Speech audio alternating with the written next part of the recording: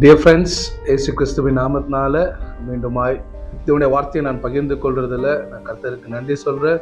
இந்த நாளில் கூட நம்ம சீடை குறித்து வேதம் என்ன சொல்லுகிறது என்று சில வார்த்தைகளை நம்ம இந்த நேரத்தில் நம்ம பார்க்க போகிறோம்.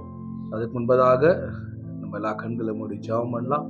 இந்த வார்த்தையை கேட்குற நீங்கள் என்னோடு கூட விசுவாசத்தோடு கர்த்தர் உங்கள் வாழ்க்கைக்கு இந்த வார்த்தை ஆசீர்வாதமாய் மாற்றும் என்று எதிர்பார்ப்பீங்கன்னா நிச்சயமாகவே கர்த்தருடைய வார்த்தை ஜீவனுள்ளது. உங்களுடைய வாழ்க்கைக்கான எல்லா பதிலையும் இதனுடைய வார்த்தை கொடுக்கிறதா இருக்கிறது. இதாவே இந்த வேளையில கூட ஆண்டவரே, உடைய வார்த்தைக்காக நான் ஸ்தோத்தரிக்கிறேன். இதை கேட்டுக்கொண்டு இருக்கும் பொழுதே அப்பா, இதை ஒவ்வொருடைய வாழ்க்கையிலும் இந்த வார்த்தை ஆண்டவரே அவங்களுடைய இருதயத்துல நல்ல நிலத்துல விதைக்கப்பட்ட விதையாய் அது கனி கொடுக்கத்தக்கதாக அப்பா, அந்த கனி ஆண்டவரே எண்ண முடியாத அளவுக்கு அது ஆண்டவரே பலன் கொடுக்கத்தக்கதாக நான் ஜெபிக்கிறேன். வார்த்தையை கொண்டு உங்களுடைய சபையை ஆஸ்வதிங்க, பிள்ளைகளை ஆஸ்வதிங்க. இயேசுவின் நாமத்தில் பிதாவே. இந்த நாளில் கூட ஆதி ஆகமத்துல இருந்தே நம்ம ஆரம்பிக்கலாம். ஆதி ஆகமத்துல 1ஆம் அதிகாரம் 26ஆம் வசனத்திலிருந்து உங்களுக்காக நான் வாசிக்கிறேன். பின்பு தேவன் தமது சாயலாகவும் தமது ரூபத்தின்படியும் மனுஷனை உண்டாக்குவோமாக, அவர்கள் சமுத்திரத்தின் மச்சங்களையும் ஆகாயத்து பறவைகளையும் மிருக ஜீவன்களையும் பூமி அனைத்தையும் பூமியின் மேல் ஊறும் சகல பிராணிகளையும் ஆளக்கடவார்கள் என்றார். தேவன் தம்முடைய சாயலாக மனுஷனை சிருஷ்டித்தார், அவனை தேவ சாயலாகவே சிருஷ்டித்தார், ஆணும் பெண்ணுமாக அவனை சிருஷ்டித்தார். 28ஆம் வசனம் வாசிக்கிறேன். பின்பு தேவன் அவர்களை நோக்கி, நீங்கள் பலுகி பெருகி பூமியை நிரப்பி அதை கீழ்ப்படுத்தி சமுத்திரத்தின் மச்சங்களையும் ஆகாயத்து பறவைகளையும் பூமியின் மேல் நடமாடுகிற சகல ஜீவ ஜந்துக்களையும் ஆண்டு கொள்ளுங்கள் என்று சொல்லி தேவன் அவர்களை ஆசீர்வதித்தார். இந்த இடத்துல நம்ம எல்லாருக்கும் தெரிஞ்ச வசனம் ஆதியாகமம் 1ஆம் அதிகாரம் 26, 27. இந்த வசனத்துல ஆண்டவர் என்ன பண்றாரு, ஆதாமை சிருஷ்டித்து அந்த இடத்துல ஆதாம ஆஸ்வதிக்கிறார். ஆதாம ஆஸ்வதிக்கும் போது ஆதாமும் ஏவாளும் அங்க ஒரே சரீரமா இருக்கிறாங்க. அவங்கள பார்த்து சொல்றாரு, நீங்கள் பழுகி பெருகி பூமியை நிரப்புவீர்களாக. அப்போ மல்டிப்ளிகேஷன், பெருக்கம் என்கிற அந்த ஒரு விஷயத்தை தேவன் இந்த பூமியில படைத்த ஒவ்வொன்றுக்குமே தேவன் அதுக்குரியதான ஒரு மல்டிப்ளிகேஷன் பண்ணக்கூடியதான அந்த பவரை தேவன் என்ன பண்ணாரு, எல்லா சிருஷ்டிப்புக்குள்ளே ஆண்டவர் வைத்தார். ஸோ அதனால இந்த முதல் ஆண்டவர் மனுஷனை பார்த்து சொன்னார், நீ பழுகி பெருகி பூமியை நிரப்புவாயாக. அப்போ மல்டிப்ளிகேஷன்ன்றது மனுஷன் பேராசைனாலேயோ மனுஷனுடைய துர்க்குணத்தினாலேயோ வந்த ஒரு விஷயம் இல்லை. பெருக்கம் என்பது ஆண்டவர் படைத்த ஆசீர்வாதமான ஒன்றா இருக்கிறது. அதனால இன்னைக்கு நான் உங்களுக்கு சொல்றேன், ஆண்டவர் முதல் மனுஷனை சிருஷ்டித்துட்டு நீ பாவம் செய்யாத, நீ இதை செய்யாத அதை செய்யாத அப்படிலாம் அவர் சொல்ல. முதல் மனுஷனை சிருஷ்டித்து அவர் வாயிலிருந்து வந்த முதல் வார்த்தையை நீ ஆசீர்வாதமாயிரு, நீ பழுகி பெருகி பூமியை நிரப்புவாயாக. ஸோ நம்முடைய பிதாவாகிய தேவனுடைய இருதயம், இயேசு கிறிஸ்துவனுடைய இருதயம் எப்பொழுதுமே he wants to bless his people. தேவன் தம்முடைய பிள்ளைய ஆசீர்வதிப்பதே அவருடைய விருப்பமும் அவருடைய எண்ணமா இருக்கிறது. அப்போ ஆண்டவர் கண்டிஷன் அப்புறம் தான் கொண்டு வந்தார். ஆனா முதல்ல மனுஷனுக்கு சொன்னது be blessed. அப்போ ஆண்டவர் அந்த மனுஷனை பார்த்து சொன்னாரு, நீ என்ன பண்ணு, ஆசீர்வாதமாயிரு, எல்லாத்தையும் ஆண்டு கொள்ளு, I give you the dominion, நான் உனக்கு அதிகாரத்தை கொடுக்கிறேன்னு சொன்னாரு. அப்போ மனுஷன் கையில என்ன இருந்துச்சு, டொமினியன், அதிகாரம் இருந்துச்சு, அவன் மேல ஆசீர்வாதம் இருந்துச்சு. அப்ப அந்த ஒரு பெருக்கம் என்றதான ஒரு விஷயத்த மனுஷிக்குள்ளாக தேவன் சிருஷ்டிக்கும் போதே ஆண்டவர் அதை படைச்சார். அதனாலதான் ஆண்டவர் சொன்னார், நீங்க பழுகி பெருகி பூமியை நிரப்புங்கன்னு சொல்லி. அடுத்து ஒரு வசனத்தை உங்களுக்காக நான் வாசிக்கிறேன். 29ஆவது வசனம். பின்னும் தேவன் இதோ பூமியின் மேல் எங்கும் விதைத்தரும் சகலவித பூண்டுக்களையும் விதைத்தரும் சகல கனி மரங்கள் ஆகிய சகலவித விருட்சங்களையும் உங்களுக்கு கொடுத்தேன், அவைகள் உங்களுக்கு ஆகாரமாயிருக்க கடவுது. அப்போ இங்க ஆண்டவர் சொன்னாரு, பின்னும் தேவன் இதோ பூமியின் மேல் எங்கும் விதைத்தரும் சகலவித பூண்டுக்களையும் விதைத்தரும் கனி மரங்களையும் சகலவித விருட்சங்களையும் உங்களுக்கு கொடுத்தேன். அப்போ ஆண்டவர் வந்து இங்க என்னன்னு சொல்றாரு, விதை தரும் அப்படின்னா என்ன, சீடு உண்டாக்கக்கூடிய, சீடு திருப்பியும் அது மல்டிப்ளை ஆகக்கூடியதான மிருகங்களையும் விதைகளையும் மரங்களையும் கனிகளையும் தேவன் என்ன பண்ணாரு, பூமியில சிருஷ்டித்தார். மனுஷனுக்கு மாத்திரம் பெருக்கத்தை ஆண்டவர் செய்யல, ஈவன் ஆல் த பிளான்ட்ஸ், எல்லா மரங்களுக்கும் எல்லா மிருக ஜீவன்களுக்கும் எல்லாவற்றுக்கும் தேவன் என்ன பண்ணாரு, பெருக்கத்தை உண்டாக்குனாரு. அப்போ மனுஷனுக்கும் மனுஷிக்கும் இருக்கிற ஒரு டிஃபரன்ஸ் என்னன்னா, மனுஷன் வந்து மனுஷிக்கு வந்து ஆண்டவர் கொடுத்ததான கிஃப்ட் என்ன, she has a womb. மனுஷிக்குள்ள ஆண்டவர் என்ன பண்ணாரு, கர்ப்பத்தை படைத்தாரு. அந்த கர்ப்பத்திலிருந்து மனுஷனை கொண்டு வரக்கூடிய ஒரு கிஃப்டை வந்து மனுஷிக்கு ஆண்டவர் கொடுத்தார். அது வந்து ஆரம்பத்திலே தேவன் சிருஷ்டிக்கும் போதே என்ன பண்ணாரு, மனுஷனுக்கும் மனுஷிக்கும் அதை ஒரு ஆசுவாதமா வைத்தாரு. அப்ப அது என்னத்தை குறிக்கிறது, அது வந்து மல்டிப்ளிகேஷன். ஒரு விதை வந்து இன்னும் அநேக ஜீவனை கொடுக்கக்கூடியதா இருக்கிறது. இப்போ இந்த ஒரு சீடை நம்ம எடுத்துக்கணும்னாக்கா, அந்த சீட்ல வந்து உங்க கையில ஒரு விதைய கொடுத்துட்டு, ஒரு எக்ஸாம்பிளுக்கு ஒரு மாம்பழத்தினுடைய விதைய உங்க கையில கொடுத்துட்டு, இந்த மாங்காய் விதையில உங்களால என்ன பார்க்க முடியுதுன்னு கேட்டா என்ன சொல்வீங்க, உங்க கையில அது ஒரு மாங்காய் விதை தான். ஆனா அந்த ஒரு மாங்காய் விதை மாத்திரமே அந்த மாங்காய்க்குள்ள இருக்கிற பொட்டென்ஷியல் கிடையாது. அந்த ஒரு விதைக்குள்ள கவுண்ட்லெஸ் மேங்கோஸ் இருக்கு. அந்த ஒரு விதைக்குள்ள ஆண்டவர் என்ன பண்ணிருக்கிறாரு, அநேக மேங்கோஸை வந்து அவரு இன்பில்டா அந்த சீடுக்குள்ள அந்த ப்ரொடக்ஷன் ஆண்டவர் வச்சிருக்கிறாரு. அதே போலதான் இன்னைக்கு தேவனுடைய பிள்ளைகளாகிய நம்முடைய வாழ்க்கையில விதைப்பு என்பது ரொம்ப முக்கியமா இருக்கிறது. விதையை நீங்க வந்து ரொம்ப நீங்க சாதாரணமா நினைச்சீங்கன்னா அந்த சீடு வந்து உங்க லைஃப்ல என்ன பண்ணாது, ரிப்ரொடக்ஷனை கொண்டு வரவே முடியாது. ஆனா விதைய வந்து தேவன் கொடுத்ததான ஒரு பிளஸ்ஸிங்கா நீங்க பாத்தீங்கன்னா, கர்த்தர் இந்த விதையை வச்சுதான் என்னை மல்டிப்ளை பண்ண போறாரு, கர்த்தர் இந்த விதையை வச்சுதான் என்னுடைய ஃபியூச்சரை மாத்த போறாரு, கர்த்தர் இந்த விதையை வச்சுதான் என்னுடைய பாவர்ட்டிய ப்ராஸ்பரிட்டியா மாத்த போறாருன்னு உங்களால விசுவாசிக்க முடியும்னா, இந்த விதை வந்து உங்களுக்கு ஒரு பிளஸ்ஸிங்கா மாறக்கூடியதா இருக்கிறது. ஏன்னா பைபிள் சொல்லுது, இந்த பூமி இருக்கிற வரைக்கும் விதைப்பும் அறுப்பும் நியமமே. அப்படின்னா என்ன, sowing and reaping is a law. அதை யாராலையும் மாத்தவே முடியாது. எப்படி புவியியல் சக்தி ஒன்று இருக்கோ அதே போலதான் இன்னைக்கு இந்த பூமியில கூட என்ன இருக்கு, விதைப்பும் அறுப்பும் என்றதான ஒரு சட்டம் இருக்கு. புவியியல் சக்தின்றது என்ன, மாடி மேல இருந்து ஒருத்த கீழே குதிக்கும் போது அவன் என்ன ஆகுறான், கீழே தான் வருவான். அவன் வந்து சூப்பர்மேன் மாதிரி மேல பறக்க முடியாது. ஏன்னாக்கா அந்த புவியியல் சக்தி என்ன பண்ணும், அவனை கீழே தான் கொண்டு வரும். இன்னும் புரியுற மாதிரி உங்களுக்கு சொல்லணும்னா, இப்போ ஒரு ஒரு காரை நம்ம வாங்குறோம், அந்த காரை உங்களுக்கு ஓட்ட தெரியும்னா, கார் ஓட்டி நீங்க போகும்போது நீங்க பின்னால வரணும்னா என்ன பண்ணும், அந்த கியர் வந்து ரிவர்ஸ் கியரை நீங்க சேஞ்ச் பண்ணணும். ரிவர்ஸ் கியரை நீங்க சேஞ்ச் பண்ணிட்டு நீங்க ஃப்ரண்ட்ல போகணும்னு நீங்க நினைச்சீங்கன்னா என்ன ஆகாது, கார் வந்து ஃப்ரண்ட்ல போகாது. அந்த காரோடைய மேக்கே அப்படிதான், ஃப்ரண்ட் கியர் போட்டாதான் ஃப்ரண்ட்ல போவோம். ரிவர்ஸ் கியரை போட்டு நான் ஃப்ரண்ட்ல போகணும்னு நினைச்சீங்கன்னா நீங்க வந்து ரிவர்ஸ்ல தான் போவீங்க. இன்னைக்கு நிறைய பேர் நினைக்கிறாங்க, என்ன ஆண்டவர் வந்து கொடுத்தாதான் ஆஸ்வதிப்பாரா, இல்ல இதை நான் செஞ்சாதான் ஆண்டவர் ஆஸ்வதிப்பாரா? எஸ், இட் இஸ் அ லா.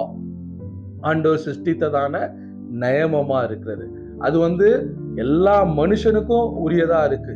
கிறிஸ்துவலாகிய நமக்கு மாத்திரம் இல்லை, இந்த உலகத்துல இருக்கிற ஒவ்வொரு மனுஷனுக்குமே இந்த லா வந்து வேலை செய்யும். ஏன்னா எந்த மனுஷன், அதனாலதான் இந்த உலகத்தான் கூட சொன்னான், என்னன்னு சொன்னா, உங்களுடைய தான தர்மங்கள் தலை காக்கும்னு சொன்னான். எனக்கா தான தர்மங்கள் என்பது தலை காக்கும்னா என்ன, இன்னைக்கு நம்ம செய்யறதான எல்லா நன்மைகளும் உங்க பிள்ளைகளை வந்து சேரும்னு சொல்லி உலகத்தான் சொல்றான்.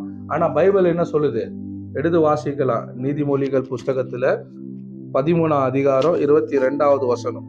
நல்லவன் தன் பிள்ளைகளின் பிள்ளைகளுக்கு சுதந்திரம் வைத்து போகிறான், பூமியின் ஆஸ்தியோ நீதிமானுக்காக சேர்த்து வைக்கப்படும். இங்க பைபிள் சொல்லுது, நல்லவன் தன் பிள்ளைகளுக்கு ஆஸ்திய சேர்த்து வைக்கிறானா, பிள்ளைகளின் பிள்ளைகளுக்கு. நல்லவன் சொல்லும் போது யார சொல்லுது, நீதிமானை சொல்லுகிறதா இருக்கிறது, கர்த்தருடைய பிள்ளைகளை சொல்லுகிறதா இருக்கிறது. அப்ப நம்ம ஆண்டுடைய சில்ட்ரனா இருந்தா, நம்ம தேவனுடைய பிள்ளைகளா இருந்தா, பைபிள் சொல்லுது உங்களுடைய வாழ்க்கையில இங்க எத்தனாம் தலைமுறை வரைக்கும் நம்ம பாக்குறாங்க, பிள்ளைகளின் பிள்ளைகள் 3 தலைமுறையை சொல்லுது. அப்போ ஒரு 3 தலைமுறை வரைக்கும் உங்க லைஃப்ல ஆண்டவர் என்ன பண்றாரு, சீடை கொடுக்குறாரு, அந்த சீடை மல்டிப்ளை பண்றாரு. அந்த மல்டிப்ளை ஆன சீடு உங்க சந்ததிக்கு தேவன் பிளெஸிங்கா வைக்கிறார். அப்போ உங்க வாழ்க்கையில நீங்க பொருளாதாரத்தை மாத்திரமே ஆஸ்வாதமா நினைக்காதீங்க. நீங்க விதைக்கிற எல்லாமே உங்களுடைய சந்ததி மேல அது திரும்பி வருகிறதா இருக்கிறது. உங்க வாழ்க்கையிலும் வருகிறது, உங்க சந்ததியின் வாழ்க்கையில அது வருகிறதா இருக்கிறது. அதனாலதான் பவுல் எழுதும் போது எழுதுறாரு, கலாத்தியர் புஸ்தகத்துல உங்களுக்காக அந்த வசனத்தை எடுத்து வாசிக்கிற. நீங்க கேட்கலாம், பழைய ஏற்பாடு பாஸ்டர் இதெல்லாம் புதிய ஏற்பாட்டு காலத்துல எல்லாமே கிருபைக்குள்ள வந்துருச்சு அப்படின்னு சொல்லலாம். நிச்சயமா கிருபை இல்லாம நம்ம ஜீவிக்க முடியாது. ஏன்னா அது தேவனுடைய ஈவா இருக்கிறது. தேவன் மனுஷனுக்கு பாராட்டின ஒரு மிகப்பெரிய ஈவு என்ன, அவருடைய கிருபையா இருக்கிறது. சோ அந்த கிருபை இல்லாம நம்ம வாழ முடியாது. ஆனா அதே நேரத்துல கிருபை என்ன பண்ணும் நம்ம வாழ்க்கையிலனாக்கா, நம்ம செய்த எல்லா அக்கிரமங்களையும் பாவங்களையும் கிருபை என்ன பண்ணுது, மன்னிக்குது. ஆனா இந்த பூமியில நம்ம என்ன செய்யறோமோ அதனுடைய கான்சிக்வன்ஸ் மட்டும் நம்ம என்ன பண்ணோம், நிச்சயமா நம்ம எதை விதைக்கிறோமோ அதை நம்ம அறுக்க வேண்டியதா இருக்கு. அதுதான் பவுல் சொல்றாரு, கலாத்தியர் புஸ்தகம் 6ஆம் அதிகாரம் 7ஆம் வசனம். 6ஆம் வசனத்தை உங்களுக்காக வாசிக்கிறேன். மேலும் திருவசனத்தினால் உபதேசிக்கப்படுகிறவன் உபதேசிக்கிறவனுக்கு சகல நன்மையினாலும் பகிர்ந்து கொடுக்க கடவான். மோசம் போகாதிருங்கள், தேவன் தம்மை பிரயாசம் பண்ண விட்டார். மனுஷன் எதை விதைக்கிறானோ அதையே அறுப்பான். தன் மாம்சத்துக்கென்று விதைக்கிறவன் மாம்சத்தினாலே அழிவை அறுப்பான். ஆவிக்கென்று விதைக்கிறவன் ஆவியினாலே நித்திய ஜீவனை அறுப்பான். நன்மை செய்கிறதிலே சோர்ந்து போகாமல் இருப்போமாக. தாம் தளர்ந்து போகாதிருந்தால் ஏற்ற காலத்தில் அறுப்போம். பவுல் சொல்றாரு, மாம்சத்துக்கென்று விதைக்கிறவன் மாம்சத்தினால அழிவை அறுப்பான், ஆவிக்கென்று விதைக்கிறவன் ஆவியினால நன்மையை அறுப்பான். அப்படின்னா என்ன, விதைக்கிறதுனா என்ன, again coming back to the seed and sowing. அப்போ பைபிள் சொல்லுது விதைப்பும் அறுப்பும் நியமமே. அப்போ சீட் டைம்னு ஒண்ணு இருக்கு, ஆனா ஹார்வெஸ்ட் டைம்னு சொல்லி பைபிள் சொல்ல. Seed time and harvest. அப்பனா சீடு விதைக்கக்கூடிய ஒரு நேரத்துல சீடை நம்ம விதைக்கிறோம், but it has a time. Seed விதைச்ச உடனே என்ன ஆகுறது இல்ல, ஹார்வெஸ்ட் வர்றது கிடையாது. அதனாலதான் பவுல் இங்க சொல்றாரு, நீங்க நன்மை செய்கிறதுல சோர்ந்து போகாதிருங்கள். ஏன்னாக்கா பைபிள் சொல்லுது, நன்மை செய்கிறதுல சோர்ந்து போகாமல் இருப்போமாக. நாம் தளர்ந்து போகாதிருந்தால் ஏற்ற காலத்துல அறுப்போம். அப்போ சீட் டைம் இது ரொம்ப நம்ம லைஃப்ல இம்பார்ட்டன்டான ஒரு டைம். இந்த டைம்ல நம்ம விதைக்காம அந்த விதையை நம்ம சாப்பிட்டுட்டே இருந்தோம்னாக்கா நிச்சயமா அந்த விதை என்ன பண்ணாது, நமக்கு ஒரு பிளஸ்ஸிங்க நமக்கும் சரி நம்ம சந்ததிக்கும் அது கொண்டு வராது. அப்போ சீட் டைம்ல என்ன பண்ணும், விவசாயிகளை போய் பாருங்க, அறுவடை நாள்ல அவங்க என்ன பண்ண மாட்டாங்க, மூட்டையில கட்டி வைத்திருக்கிறதான நெல்லை அவங்க வீட்டுல எவ்வளோ பிரச்சனையா இருந்தாலும் அந்த அறுவடை நெல்லை என்ன பண்ண மாட்டாங்க, சாப்பிட மாட்டாங்க. ஏன்னா அவங்க நல்லா தெரியும், இது என்னுடைய ரிசோர்ஸ், இதுதான் என்னுடைய ரா மெட்டீரியல், இதை நான் என்ன பண்ணக்கூடாது, நான் சாப்பிடக்கூடாது. எனக்கு கொடுக்கப்பட்ட விதை இது, இதை நான் சாப்பிட்டேன்னா என்னுடைய பிள்ளைகள் என்ன ஆவாங்க, அந்த ஒரு 30 நாள் அந்த சீடை சாப்பிடலாம். அதுக்கப்புறம் என்ன ஆகும், அடுத்து 1 வருஷம் சாப்பாடு இல்லாம கஷ்டப்படுவாங்க. ஆனா அதே அந்த விதையை கொண்டு போய் அவங்க விதைச்சாங்கன்னா அடுத்த 6 மாசத்துல அவங்க இன்னும் 1 வருஷம் தன் பிள்ளைகள் சாப்பிடும் அளவும் ஹார்வெஸ்ட் அவங்க என்ன பண்றாங்க, ரீப் பண்றவங்களா இருக்கிறாங்க. அப்போ நம்ம யோசிச்சு பார்க்கணும், ஆண்டவர் நம்ம கையில கொடுத்திருக்கிற சீடு என்ன. இந்த சீடை நான் ஆண்டவருக்காக நான் என்ன பண்றேன், இதை நான் விதைக்கிறேன்னா அது எது வேணா இருக்கலாம், அது ஆவிக்குரியதா இருக்கலாம், இல்ல மாம்சத்துக்குரியதா இருக்கலாம். But seed has a power. நீங்க யோசிக்கலாம், அது எப்படி பிரதர் நடக்கும், நிறைய சீடை நான் என்கிட்ட இருக்கிறதே எனக்கு மாசம் 1000 ரூபாய் தான் எனக்கு கிடைக்குது, இல்லைன்னா 100 ரூபாய் ஒரு சீடா நான் விதைச்சேன்னா இதுல எனக்கு எப்படி ஆண்டவர் ஆஸ்வதிப்பார், எப்படி இதெல்லாம் நடக்கும் அப்படின்னு நீங்க கேட்பீங்கன்னாக்கா, நான் சொல்றேன், இதுக்கு தேவை விசுவாசம் தான். ஒரு விதையை நீங்க பூமியில போட்டீங்கன்னாக்கா அந்த விதை எப்படி வளரும், அதுக்கு எங்கேருந்து போஷாக்கு கிடைக்கும்லாம் நம்ம யோசிக்க மாட்டோம். நமக்கு நல்லா தெரியும், இதை பூமியில போட்டோன்னா இதுக்கான எல்லா ரிசோர்ஸுமே அந்த பூமி என்ன பண்ணுது, அதுக்கு கொடுக்கக்கூடியதா இருக்கு. அதே போலதான் ஒரு தாயின் கருவுல ஒரு குழந்தை உண்டாச்சுன்னா அந்த குழந்தைக்கு அம்மா சாப்பிட்டுச்சா, அம்மா சாப்பிடலையா, அம்மா ஹெல்தியா இருக்கா, அம்மா ஹெல்தியா இல்லையான்னு எதுவுமே அந்த குழந்தை கர்ப்பத்தில் இருக்க குழந்தையால யோசிக்க தெரியாது. அதுக்கு தெரிஞ்சதான் ஒண்ணுதான், என்ன டைமுக்கு அதுக்கு சத்துவம் தேவை. அதுக்கான சத்துவம் தாய் கொடுக்காம இருந்துச்சுன்னா தாயோடைய எல்லா எனர்ஜியும் என்ன பண்ணிடும், அந்த பேபி சக் பண்ணிடும். அதுக்கு ஏற்ற நேரத்துக்கு 3 வேளைக்கு அதுக்கு என்ன தேவையோ தாயோடைய சத்துவத்திலிருந்து அந்த குழந்தைக்கு என்ன ஆகுது, சத்துவம் போஷிக்கப்படுகிறது. அப்ப அந்த ஒரு பவரை, அந்த ஒரு அபிலிட்டிய அந்த சீடுக்குள்ளேயே ஆண்டவர் என்ன பண்ணிருக்காரு, படைச்சிருக்கிறாரு. அப்ப நம்ம நினைக்கலாம் நம்முடைய சீடு என்ன பண்ணுவோன்னு, இந்த சீடை நான் கொடுக்கறதுனால என்ன பெருசா நடக்க போகுதுன்னு. நீங்க அந்த சீடை விசுவாசத்துல நீங்க போய் ஆண்டோடைய ராஜ்யத்துக்கு என்று நீங்க கொடுத்து பாருங்க, விதைச்சு பாருங்க, நீங்க செலவழிச்சு பாருங்க. அந்த சீடு பணமா இருக்கலாம், உங்க நேரமா இருக்கலாம், இல்ல உங்களுடைய பிசிக்கல் ஒரு ஹெல்ப்பா இருக்கலாம். அது எதுவா இருந்தாலும் சரி, அதை நீங்க ஆண்டவருக்காக விதைச்சு பாருங்க. நீங்க செய்யறது சின்னதா இருக்கலாம். It's not about how much you are doing. எவ்வளவு செய்றீங்கன்றது இங்க கணக்கு இல்லை. ஆனா எப்படிப்பட்ட இருதயத்துல நீங்க செய்றீங்கன்றதா ரொம்ப முக்கியம். But every seed has a power to multiply. அதான் உங்களுக்கு சொல்ல வரேன். எந்த ஒரு விதைக்குமே அது பெருகக்கூடியதான தன்மையை தேவன் அதுக்குள்ளேயே வைத்து இருக்கிறார். இன்னைக்கு நம்ம நிறைய நேரத்துல என்ன பண்றது இல்ல, நம்ம கிட்ட என்ன இல்லைன்றதே நம்ம யோசிச்சுன்னு இருப்போம். அதே மெடிடேட் பண்ணுவோம், அதே பேசுவோம், அதையே நம்மளை சுத்தி ஒரு என்வாயர்மெண்ட்டை கிரியேட் பண்ணுவோம். என்கிட்ட ஆண்டவர் இதை கொடுத்திருந்தா நான் அப்படி செஞ்சிருப்பேன், அதை கொடுத்திருந்தா நான் இப்படி ஆயிட்டு இருப்பேன், ஏன்னா ஆண்டவர் இப்படி வச்சிருக்கிறேன், இதுதான் பேசிட்டு இருப்பேன். ஆனா ஆண்டவர் கேட்கிறாரு, நான் என்ன கொடுத்துருக்கேன், உங்ககிட்ட என்ன இருக்கு. அந்த தாளந்து ஆண்டவர் என்ன பண்ணாரு, 2 தாளந்து கொடுத்தாரு, 5 தாளந்து கொடுத்தாரு, ஒருத்தனுக்கு கையில 1 தாளந்து கொடுத்தாரு. ஆனா எஜமான் திருப்பி என்னன்னு கேட்டாரு, 5 தாளந்து வாங்கினவன் என்ன பண்ணான், அவனுடைய தாளந்த மல்டிப்ளை பண்ணான். ஏன்னா அந்த தாளந்துக்கு என்ன இருந்துச்சு, மல்டிப்ளை பண்ணக்கூடிய திறன் இருந்துச்சு. அதே போல 3 தாளந்து 2 தாளந்தும் வாங்கினவன் என்ன பண்ணான், அந்த தாளந்த மல்டிப்ளை பண்ணாங்க. ஆனா 1 தாளந்து வாங்கினவன் என்ன பண்ணா, அவங்கிட்ட என்ன இருக்குன்றது அவன் யோசிக்கவே கிடையாது. ஆனா அந்த 1 தாளந்து எடுத்துன்னு போய் என்ன பண்ணாரு, அவரு பூமியில புதைச்சு வச்சிட்டாரு. அப்போ எஜமானன் கேட்கும் போது சொல்றாரு, நீங்க ஒரு நாள் என்கிட்ட கேட்பீங்கன்னு தெரியும் சொல்லி அந்த விதைய அவர் கொடுத்த அந்த தாளந்தை கொண்டு கொடுக்குறாரு. அப்போ அந்த எஜமானன் சொல்றாரு, உங்ககிட்ட நான் கொடுத்த இந்த 1 தாளந்த நீ ஒண்ணுமே பண்ணாம என்ன பண்ண, என்கிட்ட ஒன்னும் இல்லை நீ பூமியில புதைச்ச. இதை கொண்டு போய் நீ வட்டிக்கு பேங்க்ல நீ வச்சிருந்தா கூட அந்த 1 தாளந்து என்ன பண்ணிருக்கோம், இன்ட்ரெஸ்ட் கொடுத்துருக்கோம். அப்போ எஜமானன் சொல்றாரு, நீனா சோம்பேறியான ஊழியக்காரன்னு சொல்றாரு. இன்னைக்கு கூட நம்ம லைஃப்ல நல்லா தெரிஞ்சுக்கங்க, நம்ம எது இல்லைன்னு நினைச்சு நம்ம உட்கார்ந்துன்னு இருக்கிறோமோ அது நம்மள இன்னும் நம்மள லேசியா ஆக்கும். ஆனா எது ஆண்டவர் நம்ம கொடுத்திருக்கிறாரு நம்ம நினைச்சு அதை என்ன ஆண்டவர் செய்ய சொல்றாருன்னு ஆண்டவர்கிட்ட நம்ம சந்தோஷமா மனரம்யமா போய் கேட்போம்னா அந்த இருக்கிற நம்ம கையில இருக்கிற ரிசோர்ஸ ஆண்டவர் மல்டிப்ளை பண்றவரா இருக்கிறாரு. ஆண்டவர் அதை பெருக செய்ய போதுமான தெய்வமா இருக்கிறார். சோ அதனால நல்லா தெரிஞ்சுக்கங்க, கொரிந்தியர் புஸ்தகத்துல சொல்லப்படுகிறது, நான் உங்களுக்காக வாசிக்கிற 2 கொரிந்தியர் புஸ்தகம் 9வது அதிகாரம் 6ஆம் வசனம்.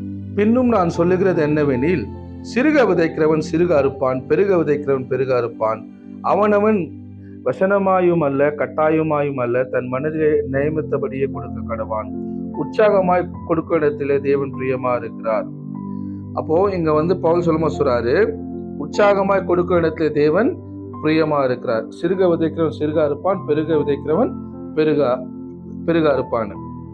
9வது வசனம் உங்களுக்காக நான் வாசிக்கிறேன். 9:10. வாரி இறைத்தான் ஏழைக்கு கொடுத்தான், அவனுடைய நீதி என்றென்றைக்கும் நிற்கும் என்று எழுதியிருக்கிறபடியாகும்.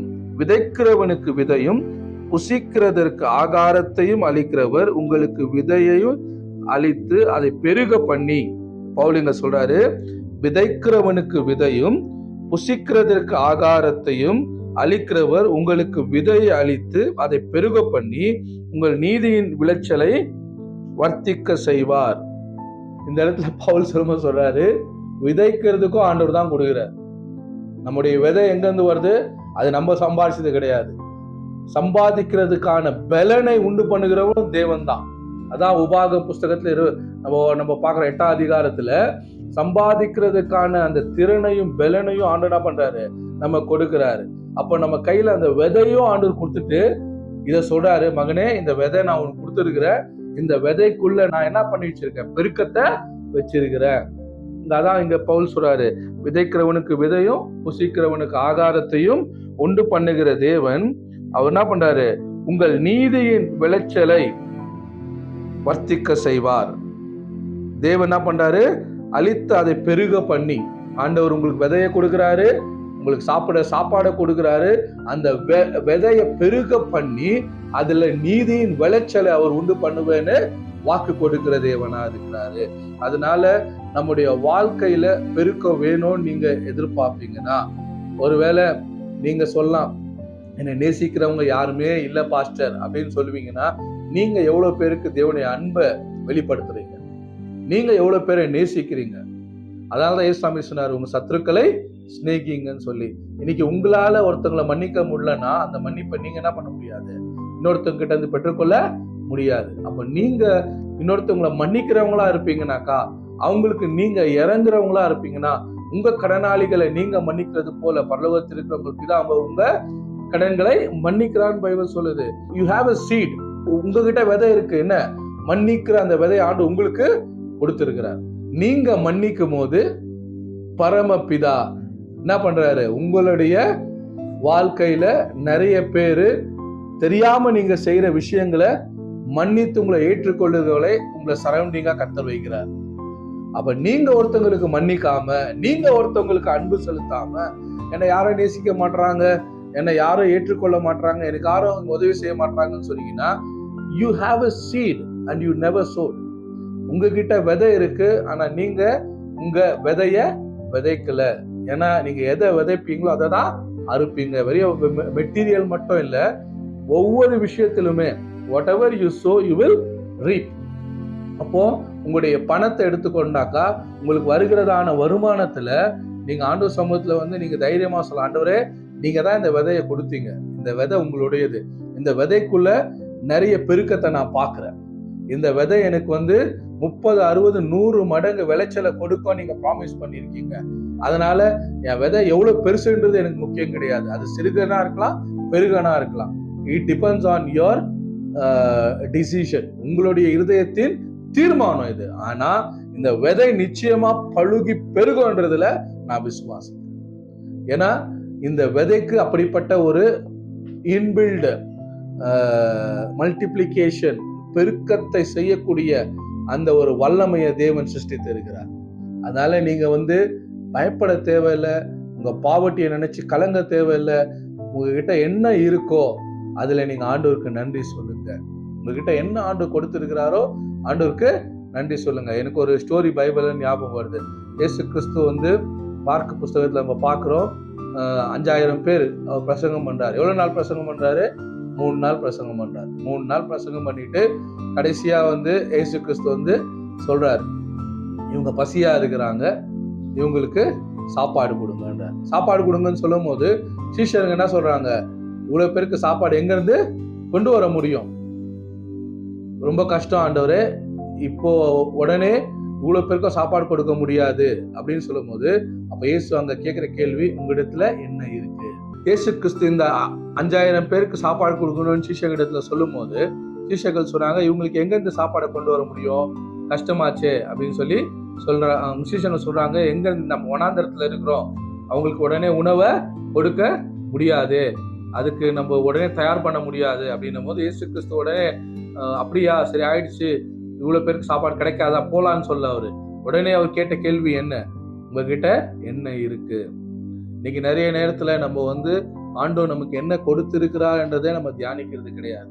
ஆண்டவர் நமக்கு என்ன பண்ணிருக்காரு? ஜீவனை கொடுத்திருக்கிறாரு. இந்த இடத்துல பாக்குறோம், இயேசு கிறிஸ்து என்ன இருக்குன்னு கேட்கிறாரு, உங்ககிட்ட என்ன இருக்கு? அப்ப அந்த இடத்துல ஒரு சின்ன பையனுடைய லஞ்ச் மட்டும் தான் இருக்கு. அவர் கையில என்ன இருக்கு? 2 மீனும் 5 அப்பமும் இருக்கு.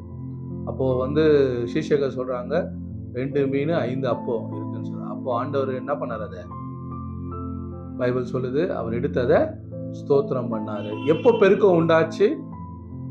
அந்த அப்பமும் மீனும் இயேசுடைய கையில கொண்டு கொடுக்கும் போது. அதை கொடுத்த உடனே ஏன் அவர் ப்ரேயர் பண்றாரு? யோசிச்சு பாருங்க. நான் அதை வாசிக்கும் போது யோசிச்சேன். நான் அவர்கிட்ட என்ன அந்த இடத்துல இல்லைன்றதை கொடுத்து அவர் மெடிடேட் பண்ணார்.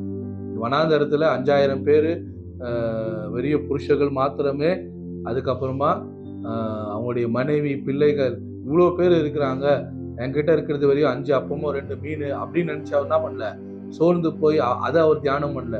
அவர் சந்தோஷமா இவ்வளோ பேர் இருந்தாலும் என்கிட்ட என்ன இருக்கு? சீடு இருக்கு. அட்லீஸ்ட் ஆண்டவர் என்ன பண்ணியிருக்கிறார் இந்த இடத்துல? ஒரு சின்ன பையன் கையில இருந்து விதைய ஆண்டவர் உற்பத்தி பண்ணி இருக்கிறாரு. அந்த இடத்துல ஒரு பையன்கிட்ட என்ன இருக்கு? 2 மீனும் 5 அப்பமும் இருக்கு. அதுதான் விதை. அந்த விதையை ஆண்டவர் கொடுத்தார். அந்த விதையை அந்த சின்ன பையன் மூலமா ஆண்டவர் கொடுத்தாரு. அந்த விதைக்காக இயேசு என்ன பண்ணாரு? பிதாவாகிய தேவனுக்கு நன்றி செலுத்தினார். ஆண்டவரே, இந்த விதையை என் கையில நீங்க கொடுத்துருக்கீங்க. இந்த விதை பெருகிறதுக்கான பவர் இருக்கு நான் விசுவாசம். அந்த விதையை அவர் ஸ்தோத்திரம் பண்ண உடனே என்னாச்சு? 2 மீன் 5 அப்பமும் 5000 பேருக்கும் கொடுத்து மீதி எடுக்கும் வரைக்கும் அங்க என்ன ஆச்சு? பெருக்கம் உண்டாச்சு. அப்போ உங்க கையில இன்னைக்கு என்ன இருக்கு, என்ன இல்லைன்றத உங்க மைண்ட்ல இருந்து, உங்க இருதயத்துல இருந்து எடுத்து போட்டுருங்க. இப்ப என்ன ஆண்டவர் கொடுத்து இருக்கிறாரு, அதுக்காக ஆண்டவர் ஸ்தோத்திரம் பண்ண ஆரம்பிங்க. ஆண்டவரே, எனக்கு இந்த விதையை கொடுத்துருக்கீங்க, ரொம்ப நன்றி. இந்த விதையை நான் விதைக்கிறேன் ஆண்டவரே, உங்க ராஜ்யத்துக்காக நான் இதை விதைக்கிறேன். அது உங்க நேரமா இருக்கலாம், இல்ல உங்களுடைய பிசிக்கல் ஹெல்ப்பா இருக்கலாம், இல்ல உங்களுடைய பணமா இருக்கலாம். அது எதுவா இருந்தாலும் நீங்க விதைக்கிறேன்னு ஒரு தீர்மானத்துல வரும்போது, அதை நீங்க நன்றி சொல்லும் போது அந்த விதை அது பெருகக்கூடியதான பவர் உள்ளதா இருக்கிறது. அது நிச்சயமா அது என்ன ஆகும்? பெருகி அது இன்னொருத்தருக்கு பலனை உண்டு பண்ணுகிறதா இருக்கிறது. கானான் கல்யாணத்துக்கு இயேசு போயிருக்கும் போது நம்ம பாக்குறோம், அங்க என்ன ஆச்சு? திராட்சரசம் காலி ஆயிடுச்சு. திராட்சரசம் காலியான உடனே மரியாள், இயேசுடைய தாயாகிய மரியாள் வேலைக்காரங்களை பார்த்து சொல்றாங்க, இயேசு என்ன சொல்றாரு அப்படியே செய்யுங்க. அப்ப இயேசு கிறிஸ்து என்ன பண்ணாரு? வெளியே இருந்ததான அந்த கச்சாடைகள்ல தண்ணீரினால நிரப்புங்கன்னாரு. என்ன இல்லைன்றதை யோசிக்கல. ஆனா அங்க என்ன இருந்துச்சோ அந்த இடத்துல அதை நிரப்ப சொன்னாரு. தண்ணி இருந்துச்சு, அந்த தண்ணியை கொண்டு நிரப்புறாங்க. அந்த தண்ணியை கொண்டு நிரப்பின உடனே இயேசுவாமி சொல்றா, இதை எடுத்துன்னு போய் என்ன பண்ணுங்க, நீங்க கொடுங்கன்னு சொல்லி. அப்போ இந்த வேலைக்காரங்களுக்கு இதை கொண்டு போய் கொடுக்கும் போது அந்த வேலைக்காரங்க யாரால ஹையர் பண்ணப்பட்டவங்க? இயேசுனால ஹையர் பண்ணப்பட்டவங்களா, இல்ல மரியாதனால ஹையர் பண்ணப்பட்டவங்களா, இல்ல அந்த கல்யாண வீட்டுனால ஹையர் பண்ணப்பட்டவங்களா? அவங்க கல்யாண வீட்டு வேலைக்காரங்க. ஆனா அந்த வேலைக்காரங்க இயேசு சொல்லும் போது ஒரு வார்த்தையும் அவங்க எதிர்த்து சொல்ல, எங்களுடைய வேலை போயிடுமே, இல்ல எங்களை எஜமானன் திட்டுவாரு, இந்த தண்ணி போய் நாங்க கொடுத்தோம்னா எங்க பேர் கேட்டுருமே அப்படின்னு எதுவுமே அவங்க சொல்ல. இயேசு என்ன சொன்னாரோ அதை அவங்க விசுவாசிச்சாங்க. விசுவாசிச்சுட்டு அந்த தண்ணியை என்ன பண்ணாங்க? அதுதான் சீடு. அதை நம்பிக்கையோடு கொண்டு போய் என்ன பண்றாங்க? அவங்க அந்த கல்யாண வீட்டுல அதை கொடுக்குறாங்க. அதை வாங்கி அதை அவங்க குடிக்கும் போது அந்த கல்யாண வீட்டுக்காரன் சொல்றான், இந்த மாதிரி திராட்சை ரசத்தை நீங்க முதல்ல என்ன பண்ணல, நீங்க சர்வ் பண்ணல, மீதியா கடைசியா பெஸ்டானதை நீங்க கொண்டு வரீங்களேன்னு சொல்லி பாராட்டுறான். அப்போ இயேசு அந்த இடத்துல என்ன பண்ணாரு?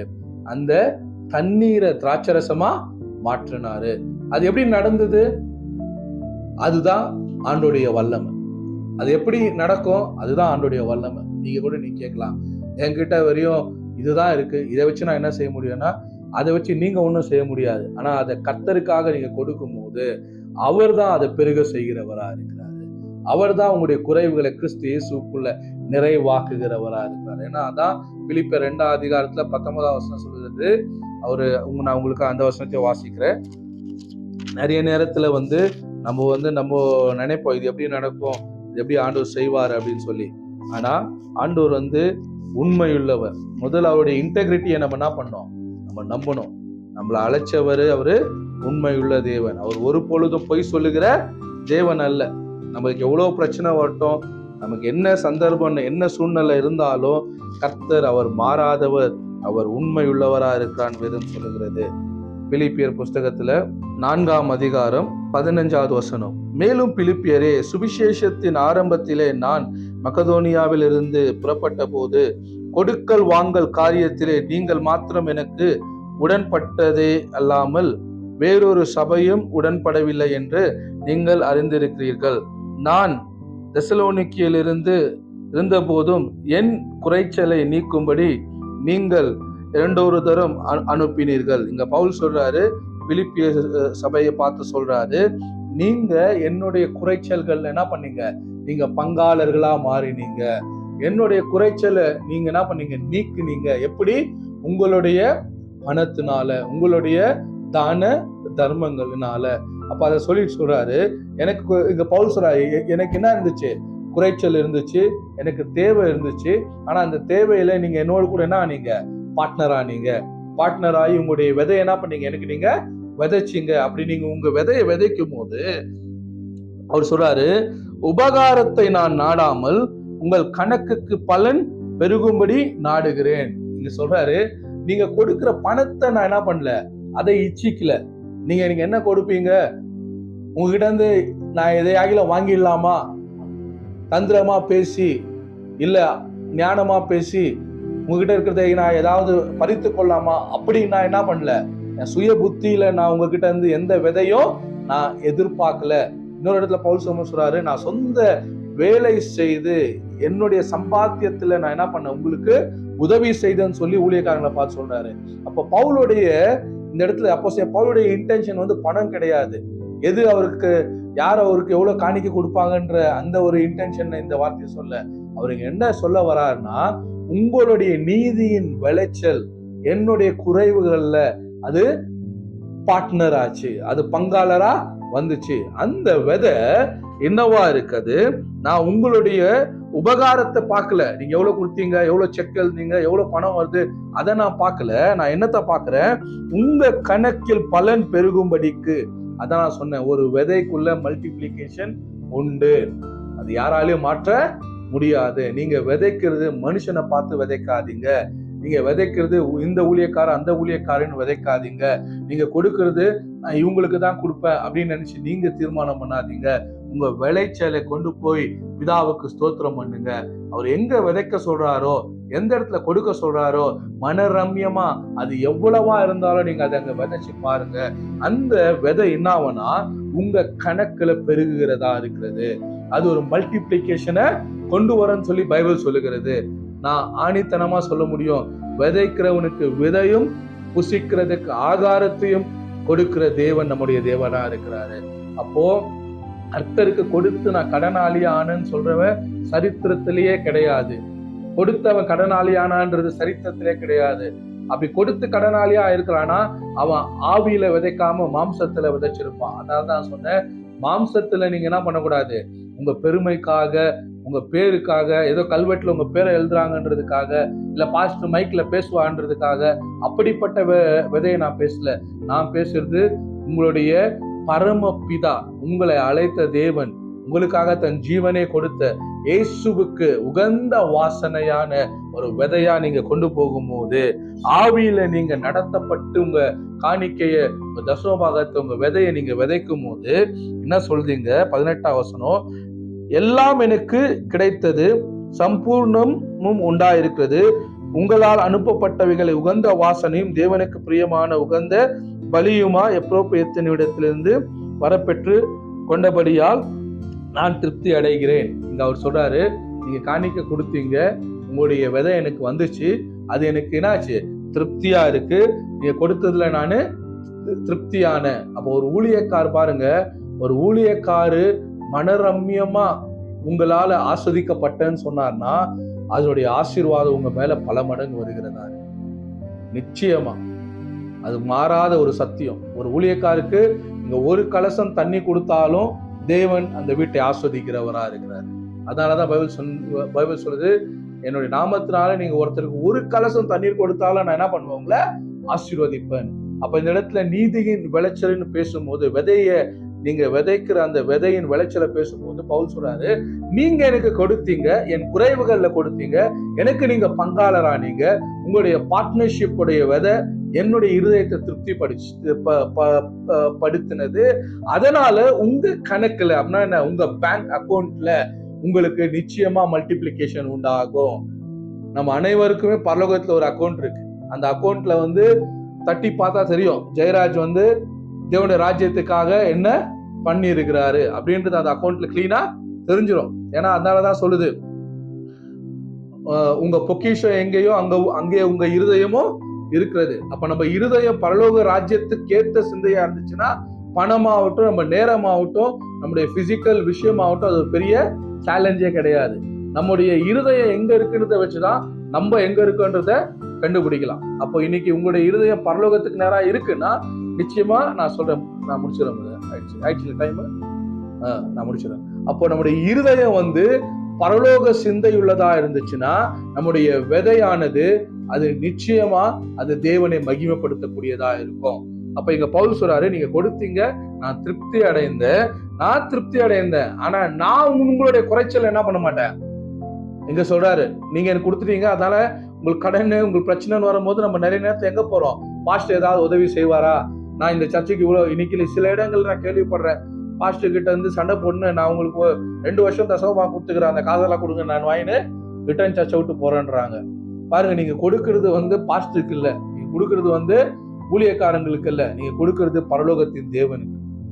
அந்த தேவனுக்கு நீங்க விதைச்சீங்கன்னா, அப்போ பவுல் இந்த வாக்குத்தத்தத்தை நம்ம கொடுக்கிறாரு. என்ன சொல்றாரு, என் தேவன், உங்க தேவன், என்னுடைய தேவன், உங்களுடைய தேவன் என்ன செய்வாரா, தம்முடைய ஐஸ்வர்யத்தின்படி உங்கள் குறைவுகளை கிறிஸ்து இயேசுக்குள் மகிமையில் நிறைவாக்குவார். அல்லேலூயா. அவர் என்ன சொல்றாரு, உங்களுக்கு குறைச்சல் வருதா, உங்களுக்கு தேவை வருதா, அப்ப நீங்க பாஸ்டர் கொடுத்ததை யோசிக்காதீங்க, உங்க பரலோக தேவனுக்கு, உங்களுடைய பிரதான ஆசாயனாகிய இயேசு கிறிஸ்துவுக்கு உங்க தசம பாகத்தை நீங்க கொடுத்திருக்கீங்க, உங்க காணிக்கை நீங்க கொடுத்திருக்கீங்க. அப்ப அவரு என்ன பண்றாரு, உங்க குறைச்சலை உங்களுடைய ஐஸ்வர்யத்தின்படி அல்ல. இன்னைக்கு உங்க அப்பா, என்னுடைய தாத்தா, உங்களுடைய தாத்தா என்ன சொத்து சேர்த்து வச்சிருக்கிறாரோ அந்த ஐஸ்வர்யத்திலிருந்து இல்ல, பரலோகத்தின் ஐஸ்வர்யத்திலிருந்து, கிறிஸ்துவினால நமக்கு வந்த ஆசீர்வாதம், தேவனாகிய பிதாவாகிய தேவன் தன்னுடைய ஒரே பேரான குமாரனாகிய இயேசுவை இந்த பூமிக்கு அனுப்பி சிலுவையில நமக்காக செய்து முடித்த ஆபிரகாமின் மூலமா வந்த அந்த வாக்குத்தத்தத்தின் ஆசீர்வாதம் கிறிஸ்துவுக்குள்ளாக நமக்கு சுதந்திரமா இருக்கிறது. அத அவர் சொல்றாரு, என்னுடைய தேவன், உங்களுடைய தேவன் தம்முடைய மகிமையின் ஐஸ்வர்யத்தின்படியே குறைவுகள் எல்லாம் கிறிஸ்து இயேசுக்குள்ளாக மகிமையில் அவர் என்ன பண்ணுவாரு, நிறைவாக்குவார். இன்னைக்கு உங்க குறைச்சலை குறித்து நீங்க கவலைப்படாதீங்க, அதையே தியானிக்காதீங்க, அதை குறித்தே நீங்க யோசிக்காதீங்க. என்ன இல்லைன்றத மறந்துட்டு என்ன ஆண்டவர் கொடுத்திருக்கிறாரோ அதை எடுத்து ஆண்டவருக்கு ஸ்தோத்திரம் பண்ணுங்க. டெய்லி தேங்க் பண்ணுங்க. ஆண்டவரே, இன்னைக்கு எனக்கு ஜீவனை கொடுத்திருக்கீங்க, எனக்கு நல்ல சுக பலனை கொடுத்திருக்கீங்க, எனக்கு அட்லீஸ்ட் இந்த ஒரு சின்ன வேலையை கொடுத்திருக்கீங்க, எனக்கு இதுல ஒரு வருமானத்தை கொடுத்திருக்கீங்க.